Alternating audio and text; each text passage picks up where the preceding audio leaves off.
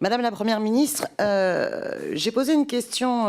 au ministre du Travail à laquelle il n'était pas forcément en capacité de répondre, et je pense que vous pourrez plus facilement. Vous avez, dans un courrier adressé à la plateforme Mediflash, qui met en relation des travailleurs de professions de santé et paramédicaux et des établissements, vous avez écrit un courrier qui était co-signé avec Monsieur Véran lorsqu'il était ministre de la Santé et vous lorsque vous étiez ministre du Travail. Et dans ce courrier, vous exprimiez à la plateforme Mediflash quelque chose de très clair. En état actuel de la réglementation, il n'est légalement pas possible pour un aide-soignant d'exercer en tant que travailleur indépendant et d'être mis à disposition auprès d'un établissement de santé ou médico-social sous ce statut, et que cet exercice peut tomber sous le coup de la qualification de travail dissimulé. Et d'ailleurs, les services, les contrôles de l'URSSAF et de l'inspection du travail ont été diligentés dans plusieurs établissements médico-sociaux. Je voudrais savoir quelles autres actions depuis ont été envisagées d'effectuer. Mediflash a reçu de l'argent de la BPI France, 450 000 € en prêt d'amorçage investissement et 8 000 € de subvention, alors même que la plateforme a reçu ce courrier des deux ministères, celui de la Santé et le vôtre lorsque vous étiez ministre du Travail, pour faire cette mise en relation. On a d'autres plateformes qui ont reçu des sommes aussi encore plus conséquentes, notamment la plateforme Brigade qui fait également de la mise en relation à la fois sur la restauration mais aussi sur les questions de santé. N'y a-t-il pas une totale contradiction à la fois d'avoir un courrier en tant que ministre qui montre bien que cette activité est illégale, et de l'autre, la BPI France qui donne les moyens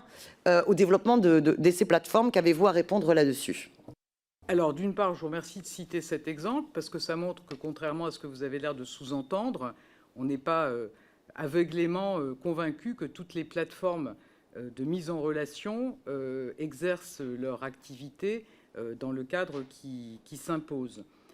En effet, je vous confirme, vous voyez, autant moi j'ai échangé avec beaucoup de chauffeurs VTC qui souhaitaient être indépendants et qui exercent leurs activités dans un cadre qui me semble correspondre en effet à une activité de travailleur indépendant, autant j'avais été choqué d'avoir des plateformes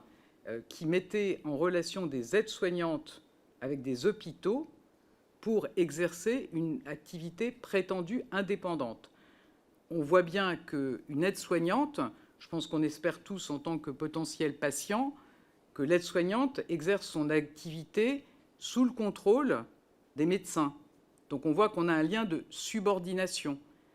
Et quand j'ai eu connaissance effectivement de l'existence de ces plateformes qui mettaient en relation des aides-soignants supposées indépendantes avec des directeurs d'hôpitaux, je vous confirme qu'avec le ministre de la Santé de l'époque,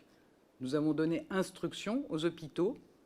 de ne pas faire appel à des aides-soignantes qui, par nature, ne peuvent pas exercer un travail indépendant au sein d'un hôpital. Je ne suis pas au courant de la subvention que vous mentionnez qui aurait été versée par BPI France, mais on va regarder pourquoi, au titre de quelle activité cette plateforme a pu avoir des subventions. En tout cas, je vous confirme qu'il y a des cadres dans lesquels